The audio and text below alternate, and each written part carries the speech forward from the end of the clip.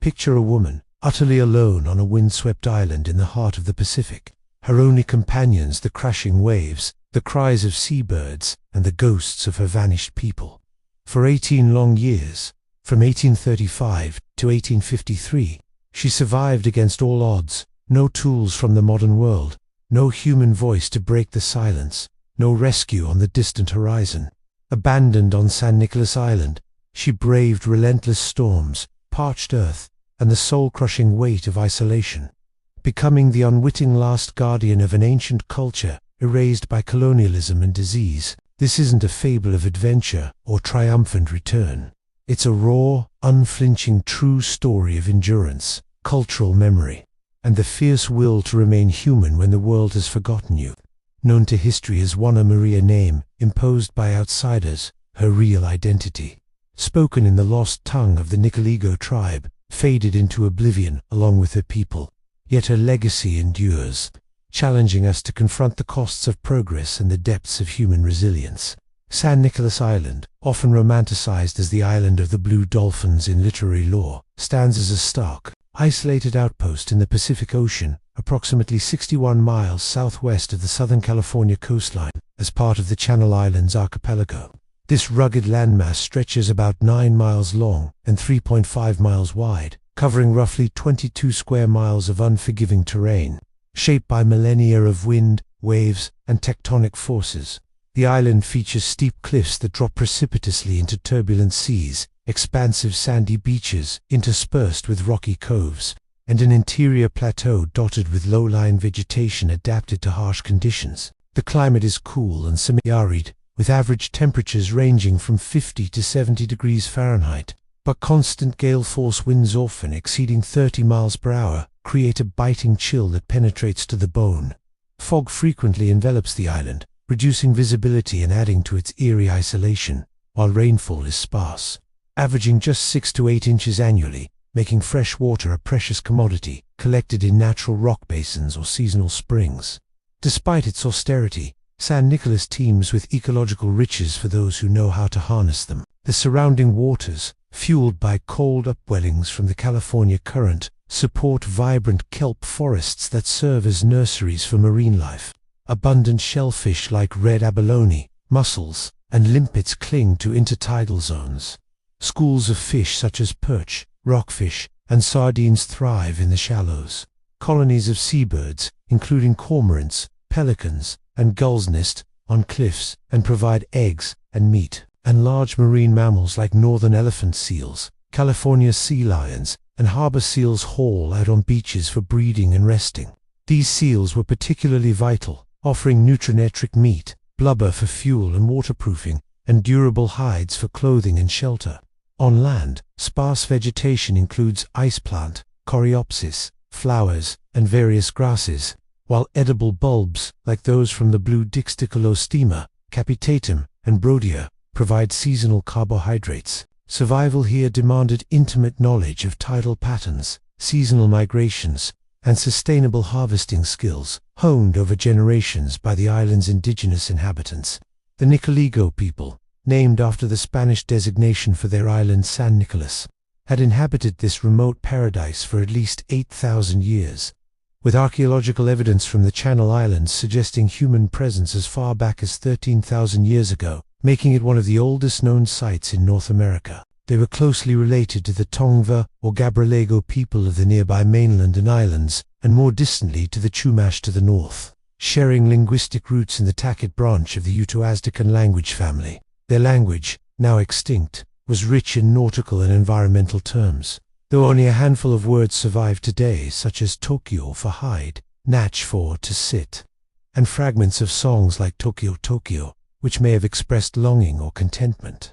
Nicoligo society was deeply maritime, centered on the ocean as both sustenance and spiritual realm. They crafted sophisticated plank canoes, known as tumals in related languages, from driftwood sewn with sinew and sealed with natural asphaltum tar from island sea says, enabling trade voyages across treacherous channels to exchange abalone shells, otter pelts, and fish for mainland goods like acorns, obsidian tools, and beads. Daily life revolved around communal villages of dome-shaped houses framed with whale bones or driftwood, and thatched with grasses or kelp, often built near freshwater sources and protected coves. Families gathered shellfish at low tide using wooden pries and baskets, fished with bone hooks, shell lures, and nets woven from plant fibers, hunted seals with harpoons tipped in sharpened bone or stone, featuring detachable heads for retrieval, and collected plant foods like corms, seeds, and berries. Social structure emphasized kinship and reciprocity, with shaman spiritual leaders conducting rituals in sacred caves adorned with paintings of whales, dolphins, and celestial motifs, invoking protection from the sea gods. Trade networks fostered alliances, with shell beads serving as currency and symbols of status. This self-sufficient world, insulated by ocean barriers, allowed the Nikoligo to flourish in relative peace for centuries. Their population estimated at 200 to 300 at the time of European contact. But this harmony crumbled with the arrival of outsiders in the late 18th and early 19th centuries.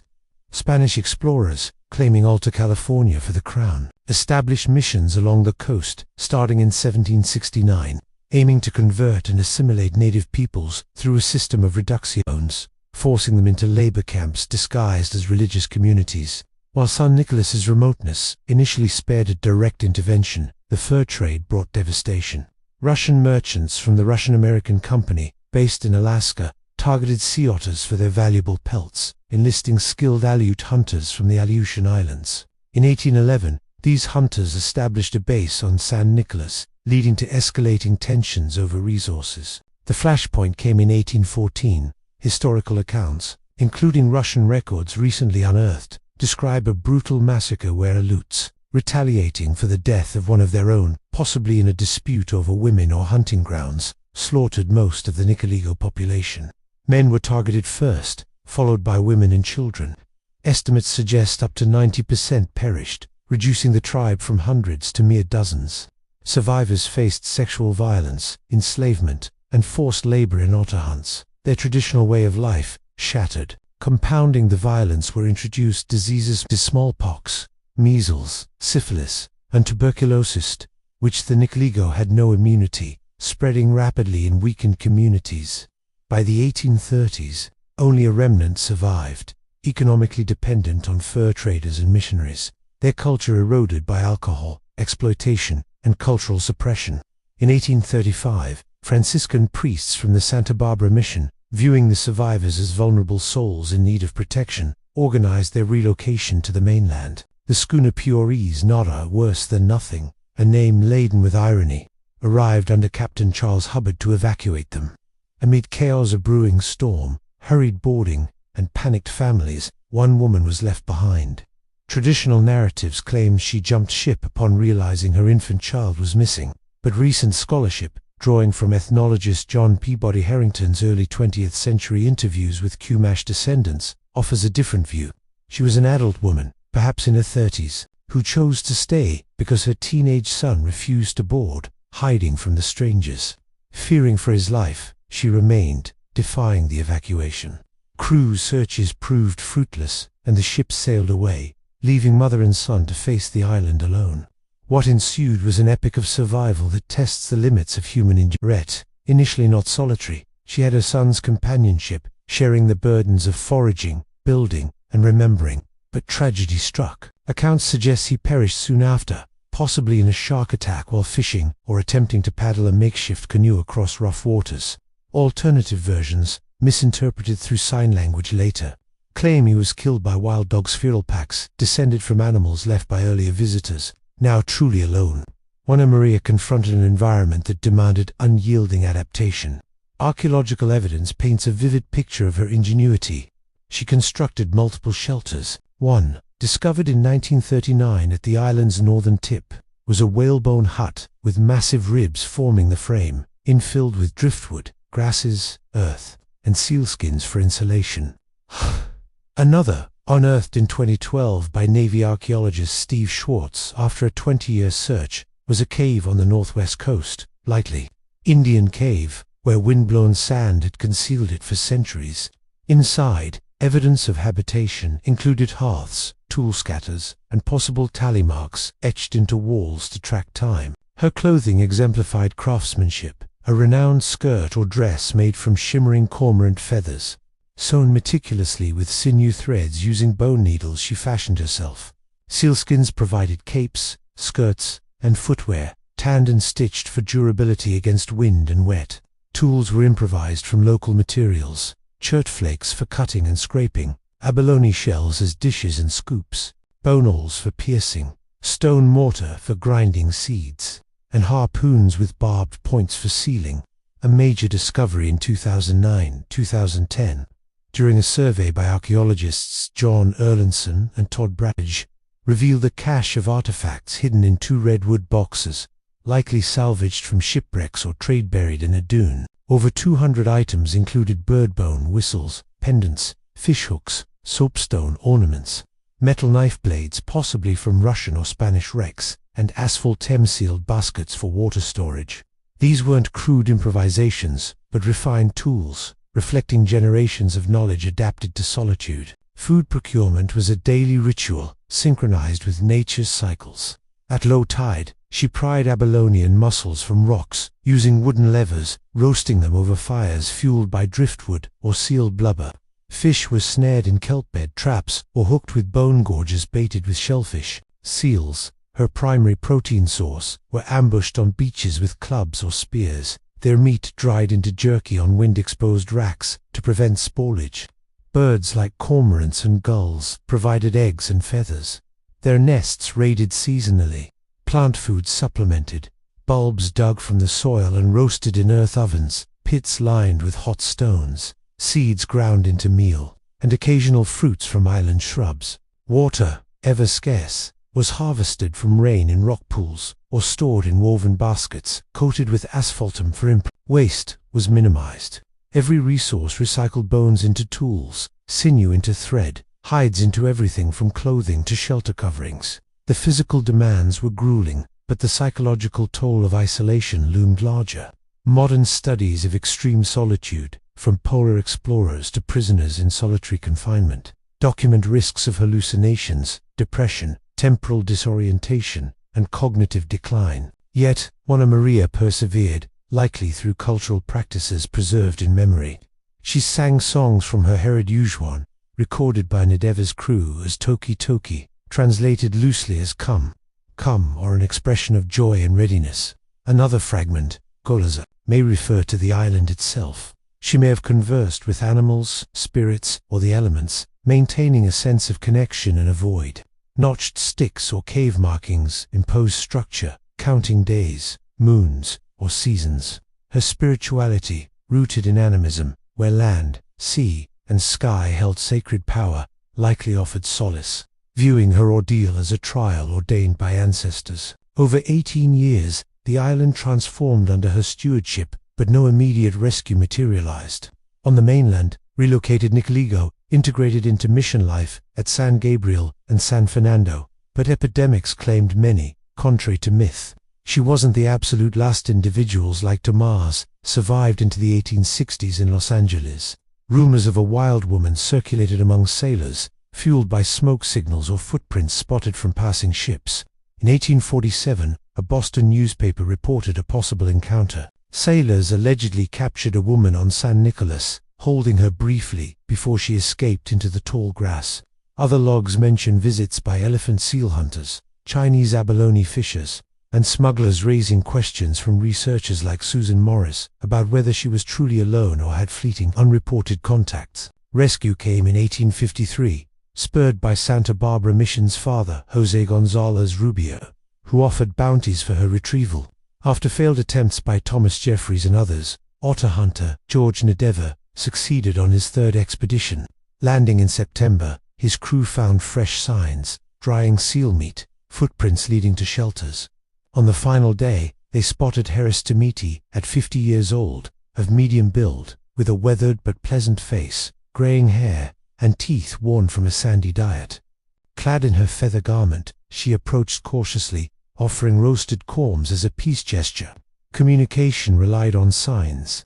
Her language, isolated for decades, matched no known dialect, though she demonstrated understanding through actions. She sang exuberantly, danced, and showed her tools, conveying contentment despite hardship. she departed willingly, boarding Nideva's schooner with her possessions: baskets, needles, a 50-foot sinew rope for seal hunting.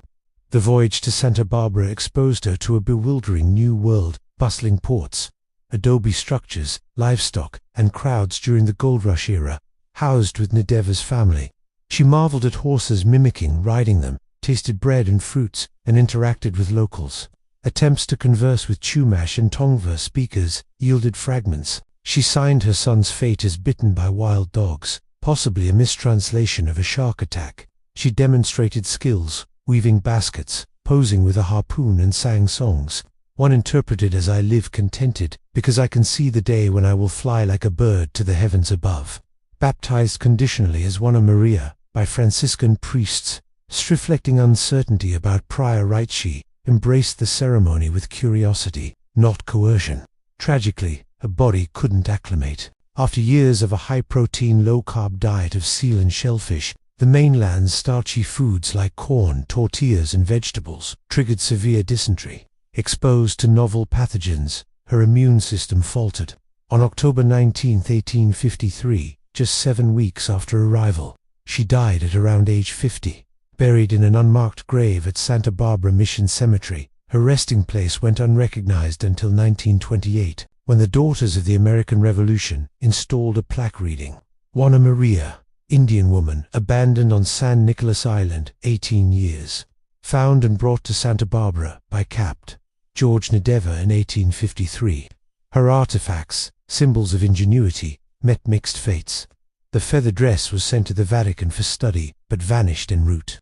Other items, housed in San Francisco museums, were lost in the 1906 earthquake and fires. Surviving pieces, like bone needles and shell ornaments, reside in institutions like the Santa Barbara Museum of Natural History. Archaeology continues to illuminate her world. Over 500 sites on San Nicolas reveal millennia of occupation, including her whalebone hut, excavated 1939 in the 2012 cave. Though digs halted in respect to descendant tribes like the Pechanga Band of Lusaco Indians, who claim cultural affiliation, Juana Maria's story gained immortality through Scott Odell's 1960 Newbery Medal-winning novel, Island of the Blue Dolphins, which fictionalizes her as Karana, a 12-year-old girl facing wild dogs, earthquakes, and tsunamis. Drawing from Nideva's journals, anthropological accounts, and romanticized 19th-century tallies, Odell emphasized themes of independence, environmental harmony, and forgiveness. Karana spares a dog that killed her brother, befriending it. The 1964 film adaptation, starring Celia Kay, amplified the myth, portraying her as a resilient, noble savage. Yet revisions critiqued this. Odell altered facts for drama, making her younger, adding fictional events, while glossing over colonialism's brutality. Modern scholars like Sarah Schwebel highlight how the novel, though empowering for young readers, perpetuates stereotypes and erases the genocide's context. Her legacy transcends fiction, indicting the violence of manifest destiny, the 1814 massacre, forced removals, and cultural erasure that decimated California's indigenous peoples, reducing their numbers from 300,000 pre-contact to under 20,000 by 1900. Juana Maria embodies refusal, the refusal to vanish quietly. Recent portrayals, like a 2018 portrait by artist Robert Harmon, based on historical descriptions unveiled at the Santa Barbara Museum of Natural History, humanize her. A middle-aged woman with kind eyes, clad in feathers, holding a basket. Talks by researchers like Susan Morris and Steve Schwartz reveal nuances she may have had agency in staying, possible visitors, and a life marked by choice amid tragedy. This tale unsettles because it offers no tidy resolution, no redemption for abandoners, no heroic acclaim for the survivor. It forces reflection on isolation's toll, cultural loss, and resilience's quiet power. Juana Maria didn't seek fame. She simply lived, day by day, preserving her people's echo in every tool crafted, songs sung, and step taken on that lonely shore. In an age of constant connection, her story reminds us of solitude's depths and the strength found within. If narratives of forgotten resilience, historical truths, and the human spirit's unbreakable core captivate you, support this channel. Like the video, subscribe, and join us for more explorations into survival's untold chapters.